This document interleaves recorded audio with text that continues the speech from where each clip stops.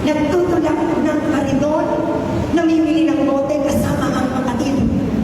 Si Wally, nagtitinda ng buko juice, sigarilyo sa sapungan. At pagpatapos ng 10 years old, sobrang memorable ng Levery kay Wally dahil ito halos ang kanyang tinirahan. 10 years old, si Wally mula bus stop ng Levery, sumasakay ng bus patungo sa Lipa. Dala-dala ang isang sako ng manik. At doon, lahat ng dumadaan ng mga bus from Levery, from Batangas, doon itinitinda ni Wally. At kapag mabilis ang takbo ng bus, minor lang ang driver, tatalon si Wally sa bus. Ganon ang buhay ni Wally. Si Wally, 75 earner, magtatalo ng bakod. Si Wally, ako po, si Wally. Ronaldo Mendoza.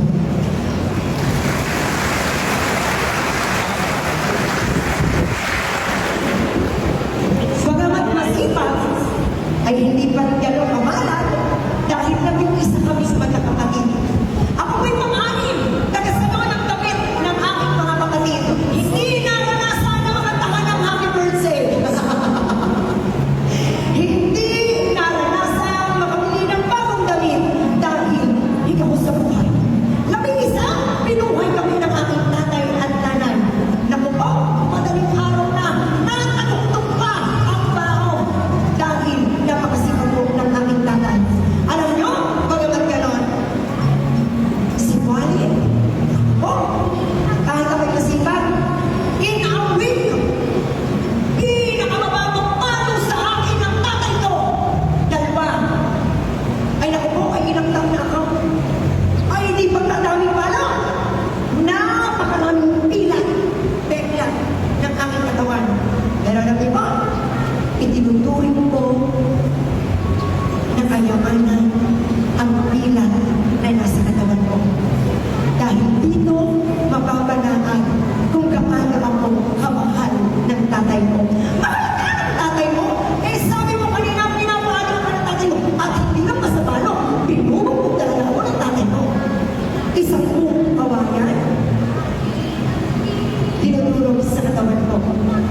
Bakit? Ay paglango ako eh. Gustong matulog ang landas. May pagkakataon pa na ninahan kami sa arumahan. Dinurog ang isang buong kawayan sa katawan ko. Hinimatay po ako. Pero pag-isip ko, ang tatay ko pa rin ang may kirmi sa akin. At sabi, "Uy! Rune! Rune!" Pag-isip ko siya, nakita ko sa music. Alam niyo, yung mga peklat na yun, ginto yan! Sir, bakit kayo hindi natin sa kanila? Eh, parang hindi okay ang buhay nyo. Alam nyo, galing ng Diyos, binigyan na ako ng perfectong tatay. Perfecto! Ay, nabuto ko! Oo. Dahil kung hindi siya ang tatay ko, malamang pagala ako. Mga anak, ayaw ko pag-aralin ng tatay at nanay ko dahil patatapusin ko na daw ang kapatid ko. Sabi ko, sila, ay ako eh, gusto ko mag-aral. So umalis po ako. At dito po ako naganahan sa Levery, sa San Luis, sa Tulangan. Ako po'y namasukan na taga-business sa Pardon, Utusan. At ang nag-enroll po ako. Ay di awa ng Diyos po naman ay pagamat isang polo, magpusatin, bawal tigain, ibawagpag, isasampay doon sa may ilaw para pagting ng umaga, tuyo na. At pag natuyo na, isusunod na lang, papasok na ulit. Hi, Sir Raymar. Si Sir Raymar nakasap niya. Madami ako dito mga kaibigan, gano'n din naman present at madami pa. Saksi sila kung gaano ako araw-araw ay nagtitinda ng yema sa school. Di ba ba, Christy? Lahat ng departments, inaamit ko. Binigay ng yema, masa paano sa ako.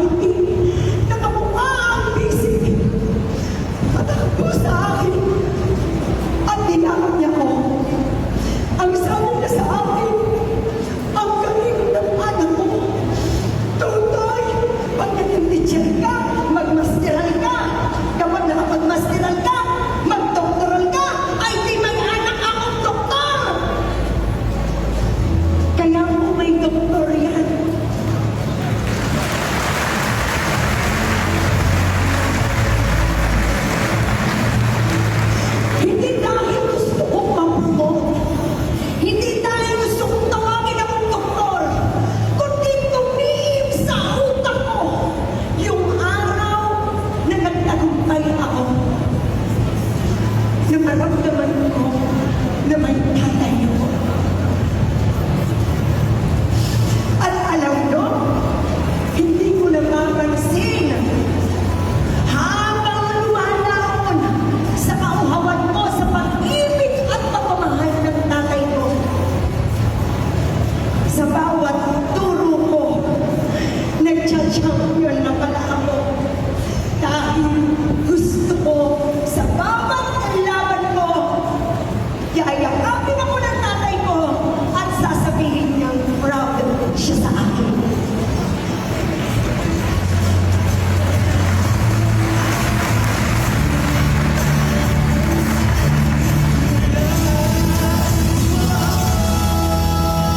Napakaraming tropeyo, medalya ang aking nakamtan. Subalit hindi mapapantayan ang kampyonato sa puso ng tatay ko. Alam niyo kung bakit? Dahil doon ako nagsimulang makamtan ko ang lahat. Sa kauhawan ko, hindi ako naging negatibo. Naging positibo ang isip ko. Kaya doon sa mga batang hindi nasamahan ng kanilang magulang, huwag kayong malungkot. Isa yung motibasyon para mas pag-ibigin pa ang pag-aaral nyo at mas maging mabuti kayong tao. At para naman sa mga minamahal ng kanilang mga magulang na sinamahan dito ngayong araw na ito, huwag niyong kakalimutan ang sandali na kumakamay ang inyong magulang na kamiti sa mga grupo. At sinasabi, congratulations, maraming salamat po. This is really a proud moment for all of you.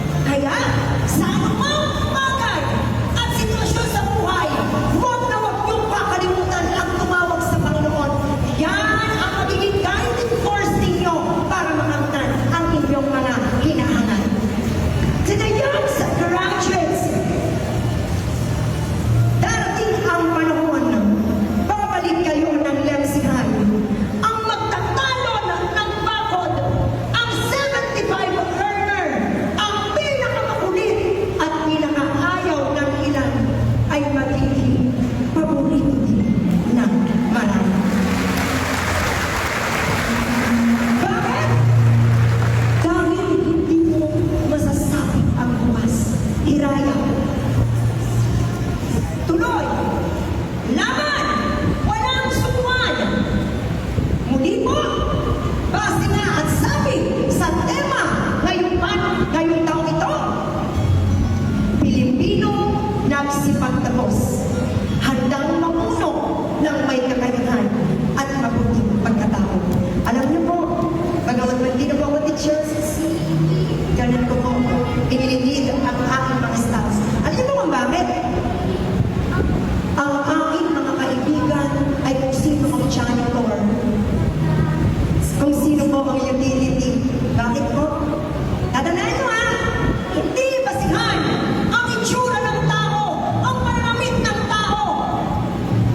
Ang basihan ay kung paano mo ituring na tao ang kaharap mo.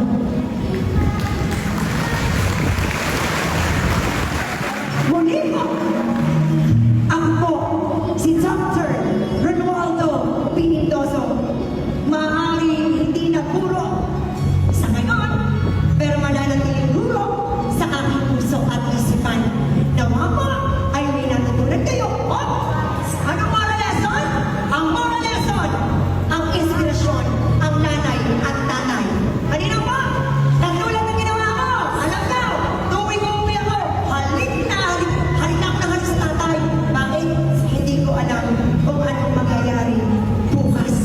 Basta ang mahalaga sa akin, ang panahon na yon ay aking titindigan, yayakapin, at laging ikikita sa isipan ang disiplina na ginawa sa akin ng aking ama.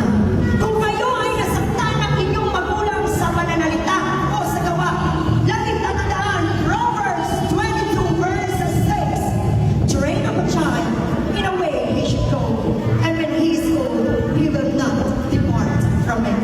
Ladies and gentlemen, thank you and good day.